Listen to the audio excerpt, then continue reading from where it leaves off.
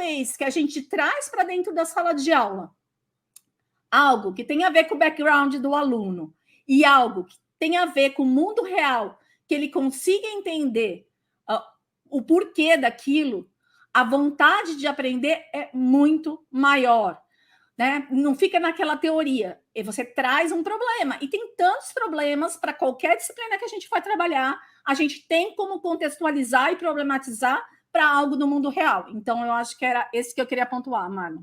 Beleza, Roberta. Sempre que a gente fala de conceito de metodologia ativa, a gente lê e escuta sobre o papel do aluno como o aluno no centro do processo. Eu gosto de usar mais a frase, o aluno como corresponsável pelo seu processo de ensino-aprendizagem. Aquele aluno que antigamente ele sentava na cadeira e ficava ali esperando o professor transmitir o conhecimento que ele tinha, o professor como responsável o grande responsável por gerar conhecimento naquele ambiente, não é que ele não pode mais existir, mas é que a gente deve hoje diversificar muito. A aula tradicional ela pode continuar coexistindo com as metodologias ativas, mas hoje a gente consegue fazer, e tem dados e pesquisas que mostram que trabalhar em times, que você colocar o aluno como corresponsável pelo seu processo de ensino-aprendizagem, ele é muito mais efetivo do que vias, de fato, uma aula mais centrada no professor. De novo, não que a aula centrada no professor não possa coexistir, a gente não pode ficar simplesmente nisso.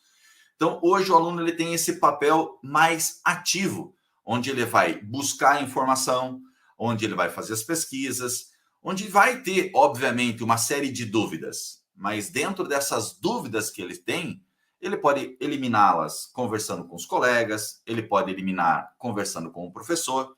Ele tem, então, tem um papel muito mais ativo do que ele tinha há pouco tempo atrás. Essa é a grande vantagem das metodologias ativas. É colocar mais carga, mais responsabilidade em cima dos alunos. Não só ficar ali sentado, recebendo e escrevendo. Não é isso, Roberta? Exatamente, exatamente. E eu acho que é interessante a hora que você fala que a aula expositiva pode coexistir, eu acho que a gente tem que pensar que a palavra-chave aqui eu sei que o Kim falou antes, a gente estava falando de diversidade, mas aqui é diversificação, né? De diversificar as formas de trabalhar. Tem o momento da instrução, tem o momento da atividade, tem o momento da interação. E tudo isso junto leva à aprendizagem. Então, olha só, se a gente fica simplesmente instrução, instrução, instrução, e o aluno sentado ali apenas ouvindo, a chance, se a gente voltar lá para a pirâmide que o Marlon mostrou agora há pouco, desse aluno efetivamente aprender é muito menor. Então, se a gente coloca dentro desse processo, né? Se a gente coloca dentro deste processo outras dinâmicas, discussão, praticar, aplicar o conceito, compartilhar aquilo que ele aprendeu com outra pessoa, criar coisas, né? Por exemplo, uma coisa que a gente pode fazer, e que é uma estratégia super interessante, tá bom, eu dei a minha instrução, a minha aula teórica. Agora nós vamos fazer uma lista de atividade, mas não sou eu que vou criar a lista de atividade. Vamos criar um grupo troca com o outro. Eu faço pergunta para você e você faz pergunta para mim.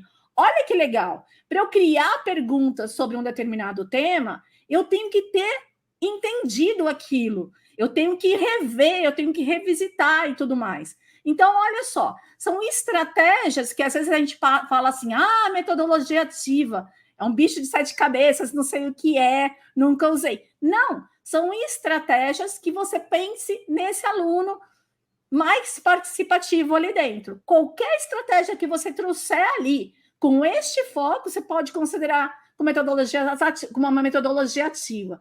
Então, é diversificar momentos dentro da sala de aula e dentro das aulas, né? Porque nada vive só de um modelo, na verdade, só de uma metodologia, a gente vai diversificando e tendo esse foco. E aí eu gosto, quando eu vou pensar no planejamento da minha aula, de sempre pensar qual que é o papel do aluno e qual é o papel do professor. E daí, quando eu vou elencando minhas atividades, eu vou sempre estar atenta qual é o papel. Não tem problema que em momentos o aluno seja passivo, mas eu vou mesclando para que tenha um balanço adequado dentro da minha.